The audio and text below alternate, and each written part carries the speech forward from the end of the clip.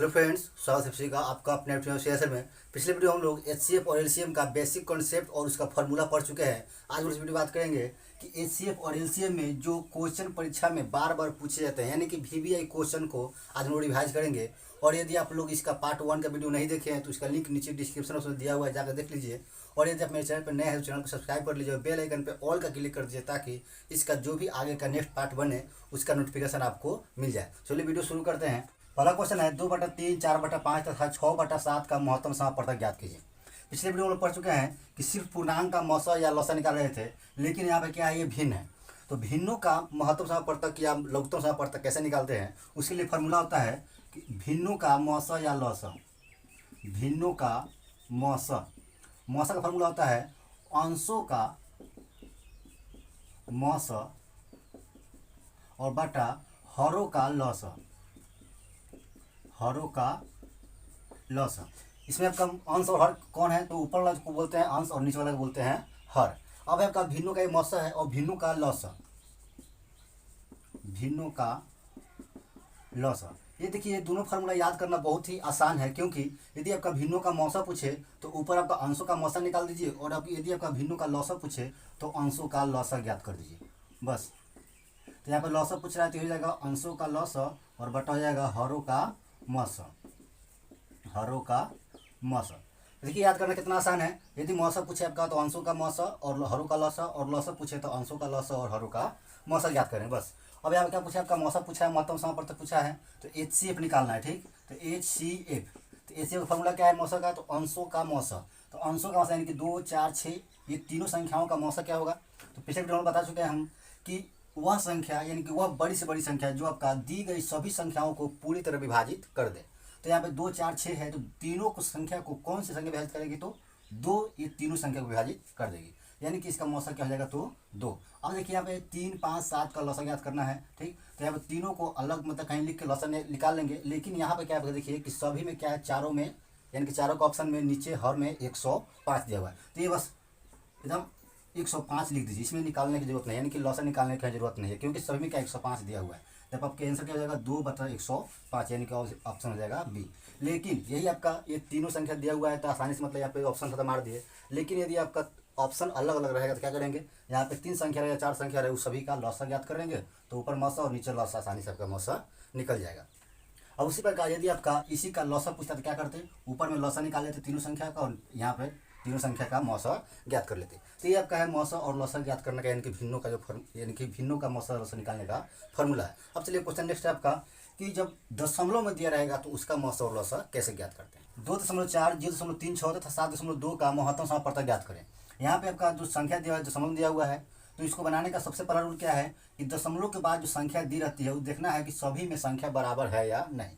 तो यहाँ पे दशमलव के बाद एक संख्या है, यहाँ पे 2 संख्या, यहाँ पे एक संख्या, बराबर है नहीं। तो सबसे पहले मेरा काम रहता है कि दशमलव के बाद संख्या को बराबर करना।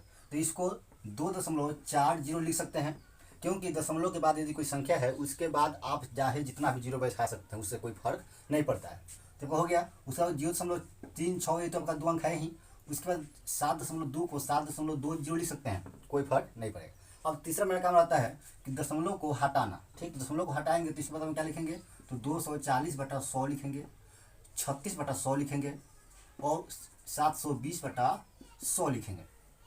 अब इस संख्या का HCF निकालना है। तो HCF में क्या बताया फॉर्मूला भी होगा भिन्नों का, कि ऊपर का मौसा और नीचे का लौसा। तो मौसा क्या होता है कि वह बड़ी से बड़ी संख्या जो तीनों संख्याओं को पूरी तरह विभाजित कर दे। तो इसमें तीनों संख्या को कौन सी बड़ी संख्या होगी जो विभाजित करेगी। तो यहाँ देखिए आपका 36 है, चलो छोटा, ठीक है, तो इससे तो बड़ा हो नहीं सकता है, सबसे बड़ा तो उनका 36 होगा, इससे बड़ा नहीं हो सकता है। तो ये देखना है कि 36 से ये संख्या कटेगा कि नहीं, ये भी संख्या कटेगा कि नहीं।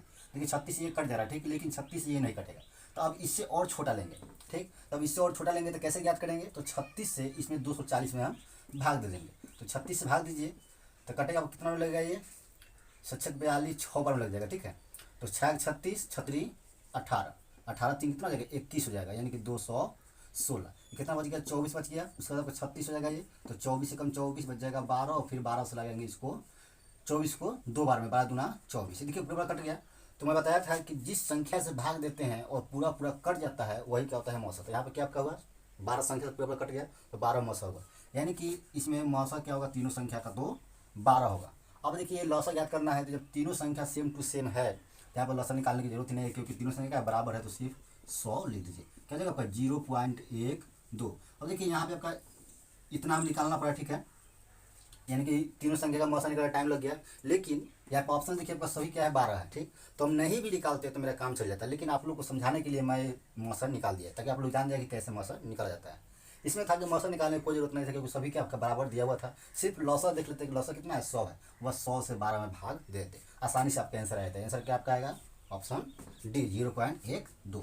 तो इस तरह आपका ध्यान रखिएगा कि दशमलव के बाद जो भी संख्या दिया है, ठीक है, उसको पहले देखना है कि बराबर संख्या दिया हुआ है कि नहीं। यदि आपका बराबर नहीं तो पहले बराबर कर लीजिए, उसके बाद आपका भिन्नों का मौसा और लसा याद कर लीजिए। चलिए नेक्स्ट क्वेश्चन देखते हैं। आपको देखिए VVI क्वेश्चन का परीक्षा में पूछा गया है। ये क्वेश्चन आपको देखिए गुड्स गार्ड पटना में 2002 में क्वेश्चन पूछा गया था। यदि p बराबर 2/3 × 3/10 × 5 तथा q बराबर इतना दिया हुआ है, तो p तथा q का HCF या GCD क्या होगा। इसमें एक नया चीज़ है GCD। ये क्या होता है, ये मैं पिछले वीडियो में बता चुका हूँ, यदि आप लोग नहीं जानते हैं तो उस वीडियो में जाके देख सकते हैं। तो यहाँ देखिए आपका ये गुना में दिया हुआ है और पावर भी है, ठीक। तो HCF का मतलब क्या होता है कि दो या दो से अधिक संख्याओं में वह बड़ी संख्या जो दोनों को बराबर काट सके, तो जानते हैं आप लोग। तो दोनों में वैसी कौन सी संख्या होगी जो दोनों में शामिल हो। तो देखिए इसको पहले लिख लेंगे, 2 पावर कितना है 3, 3 पावर 10 और गुना है 5, ठीक। ये p बराबर दिया हुआ है, उसी तरह q बराबर कितना दिया है 2 पावर 5 और गुना में 3 और गुना में कितना दिया हुआ है 7, ये दिया हुआ है। लेकिन यहाँ पे 2 पावर 3 है, यहाँ पे 2 पावर 5 है, ठीक। तो दोनों में से क्या निकाल सकते हैं, 2 पावर 3 निकाल सकते हैं गुना में। यहाँ 3 पावर कितना है 10 है, यहाँ पे 3 पावर 1 इसको लिख सकते हैं, ठीक। तो यहाँ पे 10 है लेकिन यहाँ पे 1 है, तो कितना निकाल सकते हैं अधिक से अधिक, तो सिर्फ अधिक से अधिक 1 3 हम निकाल सकते हैं। यहाँ पे 5 है लेकिन इसमें 5 है नहीं, यहाँ पे 7 है लेकिन इसमें 7 नहीं है, तो ये 5 या 7 नहीं आएगा। इसलिए आपका HCF क्या हो जाएगा, तो ये आपका HCF हो जाएगा 2 पावर 3 गुने 3, बस ये आपका हो जाएगा। तो ऑप्शन का आपका देखिए यहाँ पे 3 गुणे 2 पावर 3, यानी कि इसको इधर लिखे या इसको इधर लिखे कोई फर्क नहीं पड़ेगा। तो इस तरह आपका आंसर हो जाएगा 3 गुणे 2 पावर 3 HCF। चलिए हम नेक्स्ट क्वेश्चन देखते हैं।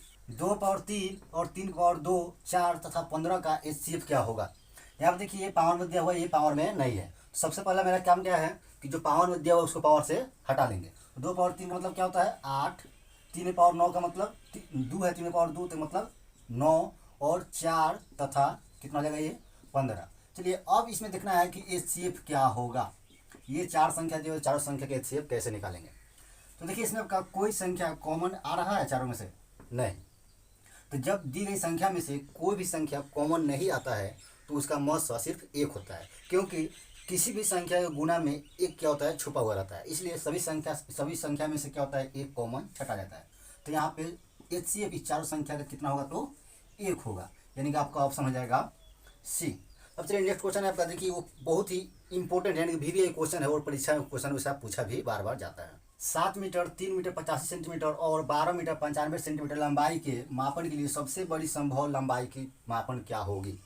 तो देखिए ध्यान दीजिए, यहाँ पे ये मीटर में है और ये मीटर सेंटीमीटर दोनों में है, लेकिन यहाँ पे ऑप्शन क्या है सेंटीमीटर में है। इसका मतलब कि आपका मीटर जो है उसको सेंटीमीटर में चेंज करके तब बनाना पड़ेगा।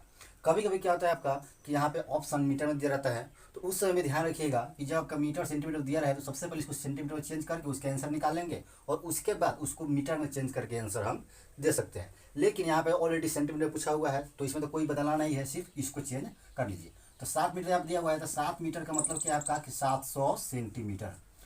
3 मीटर और 85 सेंटीमीटर है, तो इसको चेंज करेंगे कितना जाएगा 385 सेंटीमीटर हो जाएगा ये। और ये है 12 मीटर 95 सेंटीमीटर, तो इसको चेंज कीजिए कितना जाएगा 1295 हो जाएगा, ये सेंटीमीटर हो जाएगा। ये तीनों देखिए इतनी बड़ी संख्या है तो इसका HCF निकालना है। HCF निकालने का पिछले वीडियो में मैं 3 विधि बताया था, जिसमें था एक अभाज्य गुणनखंड विधि। तो इतनी बड़ी संख्या को अभाज्य गुणनखंड कीजिएगा तो आपका टाइम बहुत ज़्यादा लग जाएगा। दूसरा था भाग विधि और तीसरा था कि मौसा गुणे लौसा से, तो उसमें था कि पहली संख्या गुणे दूसरी संख्या, यानी कि 2 ही संख्या था। लेकिन यहाँ पे क्या है 3 संख्या है, तो दूसरा कौन बच गया, एक बच गया आपका भाग विधि। तो भाग विधि से याद करेंगे तो भाग विधि कैसे निकाला जाता है, तो सबसे बड़ी संख्या में छोटी संख्या से भाग दिया जाता है। यानी कि 700 में कितना भाग दीजिए 385 भाग दीजिए, ये कौन लगेगा ये 385, कितना बच जाएगा ये 5 1 और ये 3 315 बच गया। फिर क्या करते हैं कि इसको अंदर लिखते हैं और उसमें फिर भाग देते हैं, कितना 315 से एक में लगेगा तो 315, ये 0 ये 7 ये कट जाएगा 17 आया। अब 70 से फिर क्या करते हैं 315 में भाग देते हैं, 315 में भाग दीजिए तो हो जाएगा 17 की 7 का 28, यानी कि 280 हो जाएगा 15, यानी कि 5 हो जाएगा और ये बच जाएगा आपका 3, यानी कि 35 से भाग दिए 70 में 2 बार में 35 दूना 70, ये कट गया पूरा पूरा। तो आप लोग जानते हैं कि जिस संख्या से भाग देते हैं और पूरा पूरा कट जाता है वही संख्या क्या होता है, मौसा। लेकिन एक आपका मौसा हो भी सकता है और नहीं भी हो सकता है। कैसे? क्योंकि अब इस संख्या से जांचेंगे कि ये जो बड़ी संख्या है इसमें भाग लग रहा है कि नहीं। क्योंकि मौसा का मतलब क्या होता है कि दी गई तीनों संख्या उसको पूरी पूरी विभाजित कर सके। तो 35 भाग दीजिए कितना में, 1295 भाग देकर देखिए कि हाँ कट रहा है या नहीं। यदि कट जाएगा तो ये आपका मौसा हो जाएगा 35। तो 35 भाग दिए कितना में लग जाएगा, 3 चौका 12, यानी कि कम लगेगा, 3 बार लग जाएगा। तो 5 दिए 15, हासिल 1 3 9 1 10, यानी कि 105 घटाइए कितना आएगा, 24 आएगा। फिर भाग दीजिए कि कितना में कट जाएगा, ये 7 बार में कट जाएगा। 7 5 35, 7 1 21, 7 3 24, ये पूरा कट गया। देखिए 35 से 1295 भी कट गया। इसका मतलब क्या आपका कि HCF जो आएगा वो कितना आएगा, यानी कि मौसा कितना आएगा, तो 35 आएगा। यही आपका आंसर हो जाएगा, यानी कि ऑप्शन सी। तो फ्रेंड्स ध्यान रखिए, आपका इस तरह मौसा और लौसा, देखिए इतना मतलब इजी क्वेश्चन था, फिर भी देखिए आरडब्ल्यू 2003 में क्वेश्चन पूछा हुआ है। तो सिंपल भी, यानी कि कितना जो परीक्षा होता है उसमें बहुत ही आसान सा क्वेश्चन पूछा जाता है। इसलिए मैं कहता हूँ कि कोई भी चीज़ पढ़िए, ठीक है, तो शुरू से पढ़िए और जो बेसिक है पहले बेसिक सीखिए, उसके बाद जो हार्ड क्वेश्चन है वो भी पढ़िए। अब मैं आप लोग को नेक्स्ट वीडियो में इससे जो हार्ड क्वेश्चन पूछा जाता है उसको मैं बताऊँगा। तो फ्रेंड्स आज के लिए इतना ही, फिर मिलते हैं नेक्स्ट वीडियो में, तब तक के लिए गुड बाय।